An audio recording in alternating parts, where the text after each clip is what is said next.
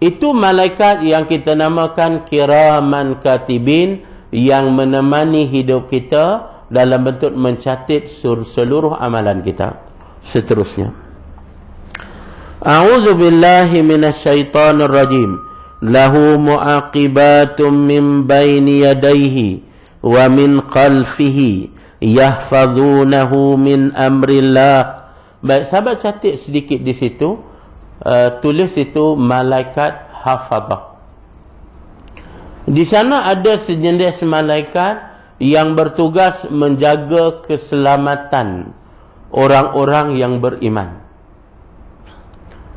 Ataupun dalam bahasa mudah kita ialah malaikat bodyguard. Malaikat ni dia duduk depan seorang, belakang seorang. Dipanggil sebagai malaikat hafazah. Malaikat hafazah.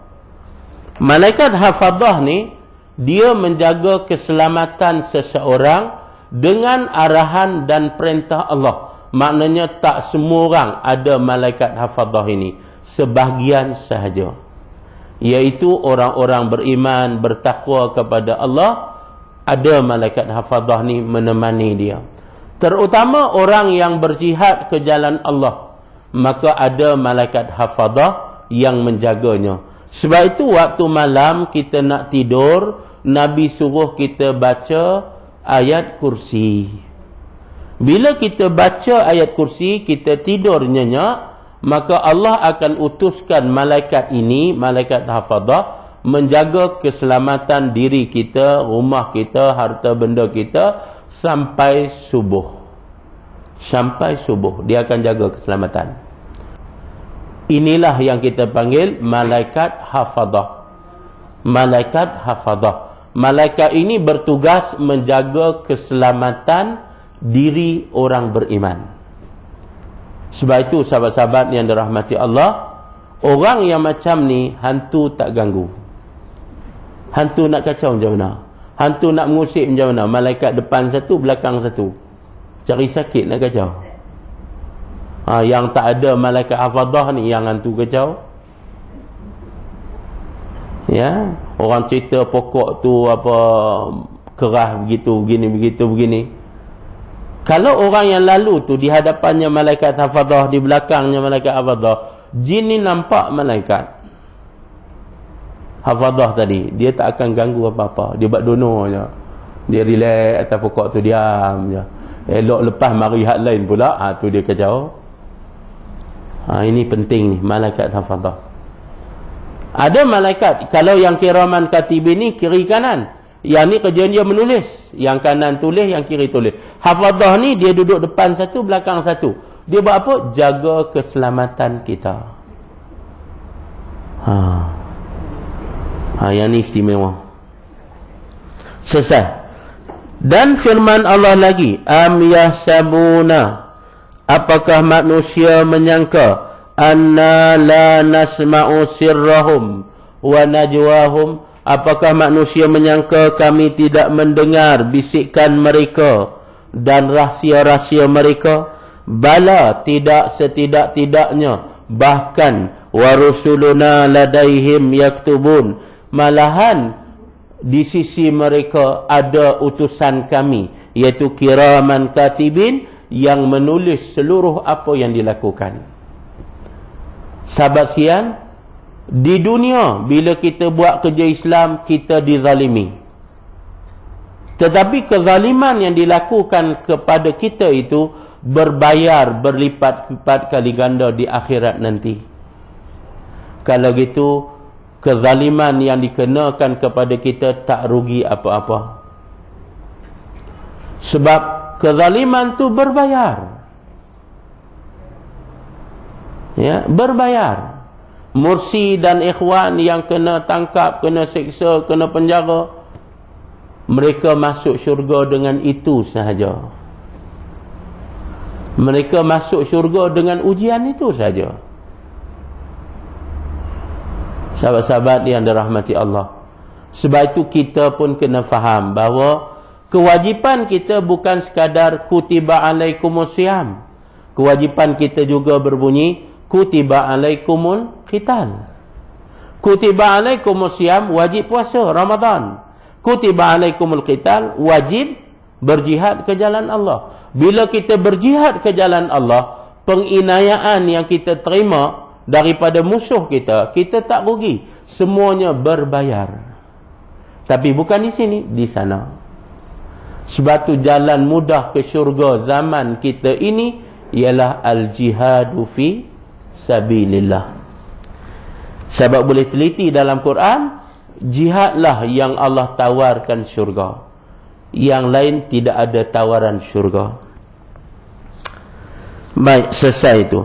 Tersebut di dalam setengah buku tafsir mengatakan malaikat bertugas mencatat amalan manusia itu ada dua. Satu malaikat di pihak kanan yang mencatatkan segala amalan kebajikan, dan satu lagi di pihak kiri yang mencatat segala amalan kejahatan.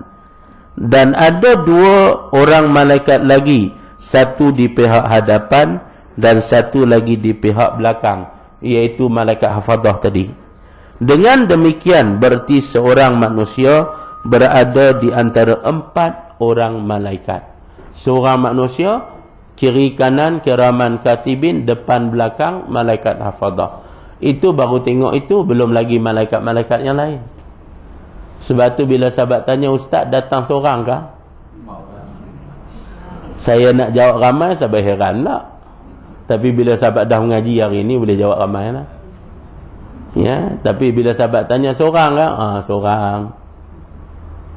Ya, seorang orang, malaikat tak seorang, ramai. Sebab tu bila sahabat dah mengaji ni, bila sahabat tanya, ustaz mari seorang ke? Tak, ramai. Sahabat faham sendirilah. Faham sendirilah. Ramai itu malaikat. Ramai itu malaikat. Begitu juga sahabat-sahabat semua. Kita ke mana pun malaikat keliling kita.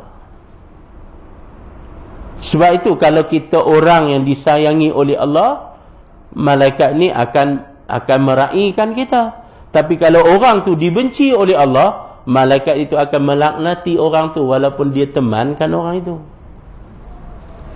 Baik, sahabat sekalian ya, seorang manusia dikelilingnya para malaikat yang ramai. Malaikat yang ada tugas khusus seperti malaikat kiraman katibin hafazah tadi, dalam tandas pun dia masuk juga. Yang tak masuk malaikat-malaikat lain yang tidak ada tugas. Oh, kalau gitu orang buat tandas sebesar rumah ni ya, buat karaoke ke apa ke, tak ada masalah, tandas malaikat tak masuk, jadi tak tulis lah. Dah, jangan lurus-belurus lah. Hadis tu memang betul, tapi kefahamannya perlu difaham secara betul lah. Memanglah malaikat-malaikat yang menemani kita dalam bentuk malaikat rahmat, bila kita masuk tempat-tempat begini, mereka tak masuk. Sebab mereka tak nak lihat aurat kita. Sebab masuk tandas kan kita buka pakaian. Jadi malaikat ni tak nak tengok. Bila begitu keadaannya, termasuk kita masuk bilik tidur kita tu, malaikat tak masuk. Tapi yang tak masuk malaikat tadi je, malaikat yang tidak menjalankan tugas bersama kita. Yang jalan tugas dengan kita, dia masuk. Kiraman katibin, mana pergi dia masuk. Baik, ini satu lagi hadis, satu lagi jenis malaikat. Dan hari ini kita nak baca hadis ni. Habis hadis ni kita buka perbincangan. Saya nak akhirkan dengan hadis ni saja. Baik, dalam hadis ni Nabi beritahu setiap manusia bila dia lahir sahaja, Allah ambil malaikat letak dalam diri dia satu. Allah ambil jin, syaitan letak dalam diri dia satu. Setiap orang ada dua ini dalam diri dia. Ada jin, ada malaikat dalam dirinya. Jin dan malaikat ni merupakan qarin baginya. Qarin maknanya teman setia anda. Dia menemani hidup kita tanpa berpisah sehingga kita mati. Bila kita mati baru berpisah. Lahir saja seorang manusia ke muka bumi, Allah ambil teman setia dari malaikat, temankan dia sampai hari mati dia. Allah ambil jin, syaitan, temankan dia sampai hari mati. Ini kita panggil qarin. Sehingga sahabat tanya, engkau ya Rasulullah? Lalu Rasulullah kata, ya, aku pun sama. Cuma lebihnya Rasulullah, qarin malaikat sentiasa membisikkan kebaikan. Qarin jin yang syaitan tadi pun, dia sudah tunduk memeluk Islam kepada Nabi SAW. Lantaran tu dia tak akan suruh kecuali kebaikan. Itu yang pada Nabi. Yang kepada kita, yang pada kita. Malaikat tak apalah, hak satu lagi tu.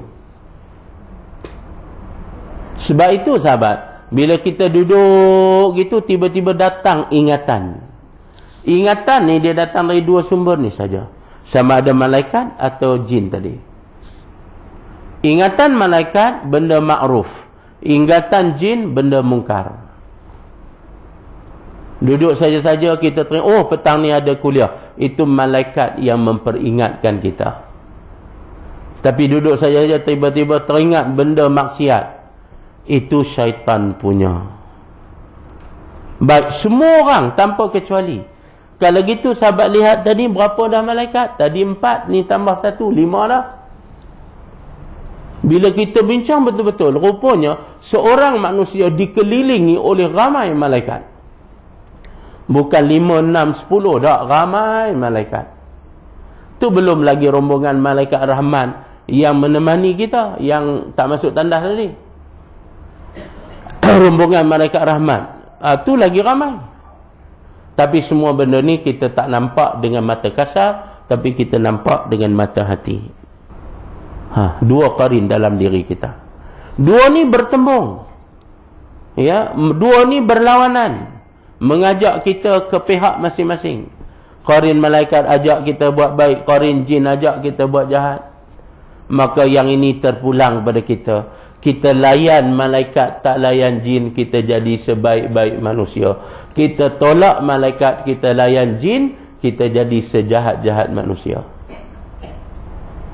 Dua qarin ini menemani hidup kita. Baik, bila kita mati, qarin malaikat balik menghadap Allah, lalu dia beribadah pada Allah sepenuhnya. Qarin jin, kita mati, dia tak mati, dia duduk atas kubur. Dia lompat ke tangga kubur tu. Ada driver bas tu, dia nak pergi ambil budak sekolah, keluar di rumah dia awal lah, pukul 4.30 dah keluar dah. Ya, keluar lalu depan kubur tu ada benda duk lompat atas tu. Lepas tu demam seminggu tak keluar dah. Letak jawatan, tak nak jadi driver bas dah. Yang dia lihat tu apa? Qarin daripada jin. Tapi kalau dia berani, dia berhenti piduk lompat sama, lari qarin tu. Tapi orang Melayu takut hantu, tak berani. Kalau Arab dia buat sungguh. Kalau Arab dia buat sungguh. Kalau duk lompat begitu, dia pergi lompat sama. Lompat sama, kawan tu lari. Tak tunggu. Sebab makhluk-makhluk jin ni, dia mengusik manusia, dia menjelma, dia tidak duduk di tengah jalan, dia akan duduk di tepi jalan yang jauh. Sebab kaedahnya, kalau mereka dibunuh, mereka akan mati. Waktu mereka menjelma dengan jelmaan tertentu, lalu dibunuh, maka mereka akan mati. Sebab tu dia tak berani berdiri tengah jalan buat gitu dah. Dia berdiri tepi jalan gitu. Kita yang tekan minyak lebih. Selekoh depan tu pula, dah tekan minyak lebih, nak buat macam mana lagi lah. Langgap divider lah. Cuba tekan brake berhenti, kamu nak apa? Dia pula lari. Tapi kita tak cukup berani ya. Tak cukup berani. Sebab gambar-gambar Melayu semua mempengaruhi minda kita. Padahal benda tu bukan boleh buat apa pun. Ya, benda tu tak boleh buat apa-apa. Sebab tu kalau dia berdiri di tengah jalan, kita mandu kereta, kita langgar dia, dia mati macam orang mati dilanggar. Sebab tu dia tak berani duduk tengah jalan, dia duduk tepi jalan. Kadang-kadang dia tak tunjuk muka pun, dia bunyi suara je. Ni siang tak apa, malam saya tak cerita. tak boleh balik. Ada satu felda dekat tempat saya tu, banyak felda. Waktu mula-mula buka dulu, dia ada rumah guard yang jaga pintu palang tu kan. Sahabat tu tunggu situ malam. Bila tengah malamnya, pokok besar yang sebelah tu bunyi macam-macam. Dia tak kerja, tak ada duit, nak kena kerja lah. Takut juga. Last sekali dia tanya sahabat-sahabat kita, maka fatwanya senang je. Isi peluru yang tabur tu banyak-banyak, masukkan yang 2 laras tu kan, masuk tu, bila bunyi jalan pelan-pelan pergi bawah pokok tu, dengar dari mana arah bunyi tu. Ya, dari mana arah bunyi tu. Kemudian bila dengar confirm dia bunyi saja, tembak ke arah itu dengan peluru tabur tu. Dia tembak 2 das, lepas tu tak dengar bunyi dah, hilang. Benda tu mati sahabat. Dia makhluk macam kita. Dia pun bila dicederakan, ditembak, dibunuh, mati dia. Sebab tu dia bukan berani cukup. Cumanya kita lebih tak berani. Bila tak berani, sahabat tengok anjing macam mana. Anjing kita lari, dia kejar kita. Tapi kalau kita berhenti, tunduk ambil batu, dia pula lari. Hantu ni lebih kurang itu. Sebab hantu ni jin-jin yang gila. Tahu jin-jin yang sewel, gila, otak tak apa nak betul. Itulah hantu. Jin yang beriman, dia sibuk beribadah, dia sibuk berjihad, dia sibuk buat kerja Islam, ya. Dia sibuk menentang sekularisme. Tu jin beriman. Jin kufur pun dia sibuk dengan agama dia.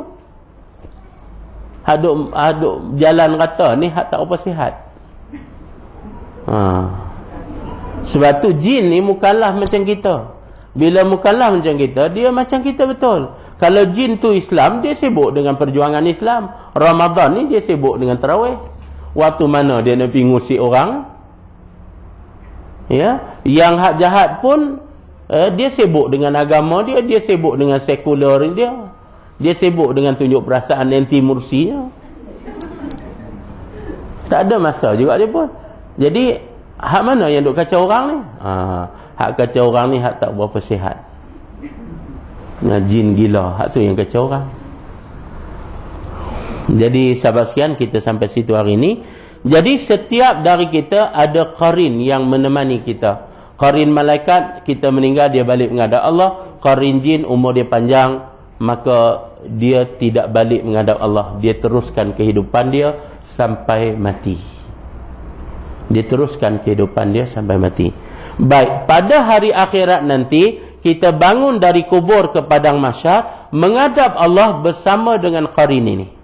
Qarin jin dan malaikat menemani kita. Sebab ini satu daripada saksi. Bila Allah tanya kita, kalau kita mengingkarinya, 2 qarin ini akan menyatakan kebenaran. Wallahu a'lam bissawab. Ada soalan? Silakan. Baik, dia dalam rupanya yang sebenar adalah ghaib. Bila dia dalam rupa yang sebenar ghaib, kita tidak boleh mencederakan dia. Kita tak boleh membunuhnya. Tetapi bila dia menjelma dalam bentuk rupa tertentu, yang itu boleh bunuh dia. Yang itu boleh bunuh dia. Sebab itu sahabat sekalian, yang saya sebut tadi, dia tak duduk tengah jalan buat gitu, dia duduk tepi jalan. Ya, dia tak duduk tengah jalan. Sebab kalau dia dilanggar, dia mati macam kita mati. Lantaran itu sahabat sekalian, dia tak akan menjelma dalam bentuk membahayakan dirinya. Cuma yang saya cerita yang sahabat tembak ke atas tu, yang itu menyebabkan dia rasa gerun, dia risau, maka dia pergi, dia tak datang lagi dah. Ya, sebab dia ni dia jenis suka macam anak-anak kita juga, dia suka mengusik adik dia. Bila adik dia menangis, dia seronok. Dia tak boleh, dia suka usik adik dia. Macam tu lah. Benda ni pun macam tu juga, dia nak ngusik kita. Tapi bila kita nampak kita lebih berani daripada dia, dia tak berani nak usik. Ya, tambah pula sahabat boleh baca ayat kursi, hembuskan kepadanya, dia kena hembusan tu, sakit dia lari, dia tak tunggu. Sebab tu benda ni dia pilih orang, dia tengok. Dia tengok orang juga, ya. Wallahu a'lam.